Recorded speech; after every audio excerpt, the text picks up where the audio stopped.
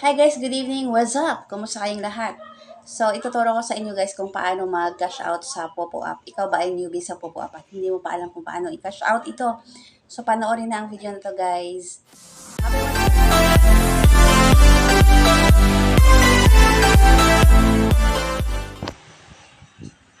Ayan, punta kayo sa inyong profile, sa home. And then, i-click nyo yung points nyo. Pagka-click ng points, yan, lalabas yung withdraw now. Click mo yung withdraw now. Wala kasing walang boses yung pag-record ko niya. Natakpan ang kaya hindi marinig. So, pagka-click ng withdraw now, aantayin lang guys yung payment method muna dyan. Payment method, GCash nyo, and then pangalan, be sure na walang mali. Tapos, ayan, lalabas yan siya, i-confirm mo lang, click confirm. And then kung ilan yung lalabas din naman yan sa taas. Tapos withdraw now, pagka na input mo na yung yung payment method, click withdraw now. And then confirm, click confirm pag lalabas siya.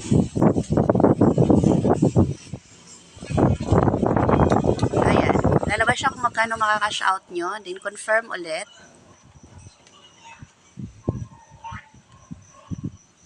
Tapos password. Gawa ka ng password na madali mong tandaan. 6 na number lang yan. And then click OK. Tapos yan na. Antayin mo na lang dyan yung confirmation.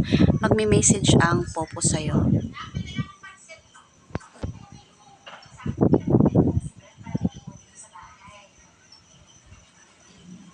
Ayan. So, okay na yung withdrawal natin dyan. And maya-maya may message na si Popo dyan. Kapag nagre-read yung message sa Popo. Ayun no, nag-notif na sa taas. Click mo lang yan. And then i-view. Dyan, view details. Makikita mo kung magkano yung na cash out mo at kung magkano yung isi-send ni Popo sa'yo. Yung nga lang guys, no? Kasi parang nagtaas ng taxi Popo sa sa cash out. Dati naman $1 lang. Pero lately, yung pinaka-last cash out ko, ang kaltas niya is $3. Medyo malaki na din kaltas niya. Ayan lang guys. And then, wait mo lang. Ano lang yan seconds lang yan. Seconds lang. Siguro mga 3 seconds or 4 seconds. Kasi madaling araw ako nag-cash out niyan. Siguro 3 a.m. ako nag-cash out. Mabilis lang siya. Ayan lang.